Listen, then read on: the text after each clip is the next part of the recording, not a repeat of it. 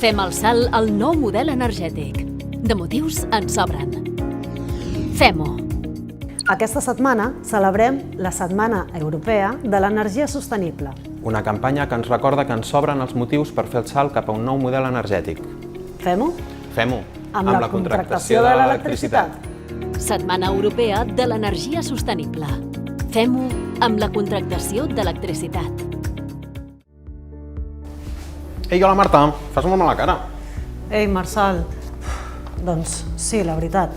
Mira, he llegit que estem en la Setmana Europea de l'Energia Sostenible i he vist un vídeo que parla de que ens sobren els motius per fer el canvi energètic cap a un nou model i parla de que hauríem de canviar els nostres hàbits, reduir el consum, que nosaltres som agents de canvi i crec que tenen raó i he dit, va, posem-nos-hi. Així que he començat pel principi, la factura de l'electricitat. He intentat mirar a veure què consumim, què tenim contractat, si ho estem fent bé, però no entenc res. I entre això i el dels 3 trams i que el preu de la llum està més car que mai, la veritat, això és un gran embolic.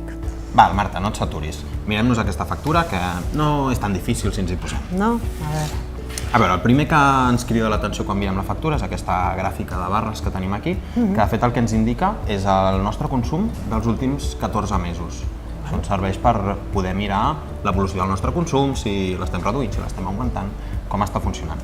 Sempre hi ha aquesta línia d'un altre color que ens marca la mitjana d'aquests últims 14 mesos.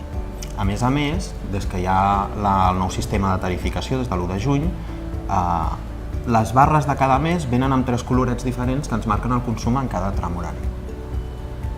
Val, perfecte. I llavors, a on anem?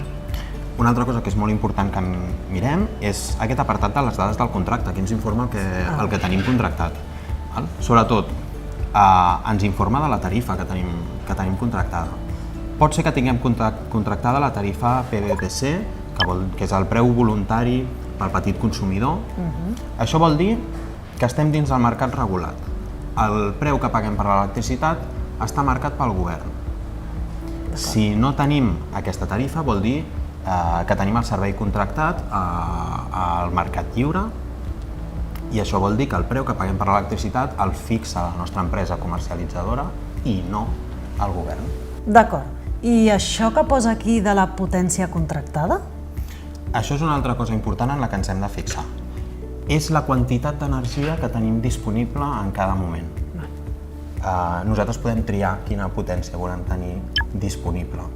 Òbviament la companyia ens cobra segons la potència que demanem tenir. Val, però aquí diu P1 i P2, què és això? Des de l'1 de juny, amb el nou sistema de tarificació, podem contractar 2 tarifes diferents en horari de dia i en horari de nit. De moment això a nosaltres no ens interessa gaire. Serà interessant el dia que decidim comprar un vehicle elèctric. Com que segurament el posarem a carregar a la nit, podem demanar tenir una potència més alta durant el període de la nit. Però de moment no ens interessa gaire. D'acord, val, ho vaig entenent, però llavors com sabrem que la potència que tenim contractada s'ajusta al que realment consumim? Molt bona pregunta. Podem accedir a les dades del nostre comptador. Com? Això es pot fer, Des que ens han instal·lat els comptadors intel·ligents, des de l'ordinador podem accedir a les dades del nostre comptador sense problema. Ah, sí? Mira, necessitem un ordinador i accedir a la nostra companyia distribuïdora. I això és important. No és el mateix la companyia distribuïdora que la comercialitzadora que ens cobra l'electricitat. Normalment a Catalunya l'empresa distribuïdora és e-distribució. Entrem a la seva web, ens hem de registrar. Jo ja ho vaig fer fa uns dies. Una vegada has fet el procés de registre, és molt fàcil, mira, ja ho veus, aquí hi ha les dades del nostre comptador. Podem accedir a les dades del nostre comptador en temps real. Podem estar mirant què estem consumint ara mateix. Però el que és molt interessant és que podem accedir a l'historial de dades del comptador. Això vol dir que, mira, per exemple, podem demanar la mitjana de consum de l'últim any. Perfecte. repartit per hores. Veus? Tenim un altre gràfic de barres de la mitjana de consum a cada hora del dia de l'últim any. Si t'hi fixes, a primera hora del matí tenim un petit pic de consum, perquè és quan ens llevem, preparem l'esmorzar, ens dutxem. Hi ha un altre pic de consum al migdia, que és quan anem a casa, preparem el dinar i aquestes coses. Clar. I si t'hi fixes, el moment en què més consumim és al vespre, quan arribem a casa, preparem el sopar, encenem els llums perquè s'ha fet fosc. Que interessant, però aviam, segons això, nosaltres habitualment estem tenint un consum per sota dels 3 quilowatts Correcte. i tenim contractada una potència de 4 quilowatts i mig.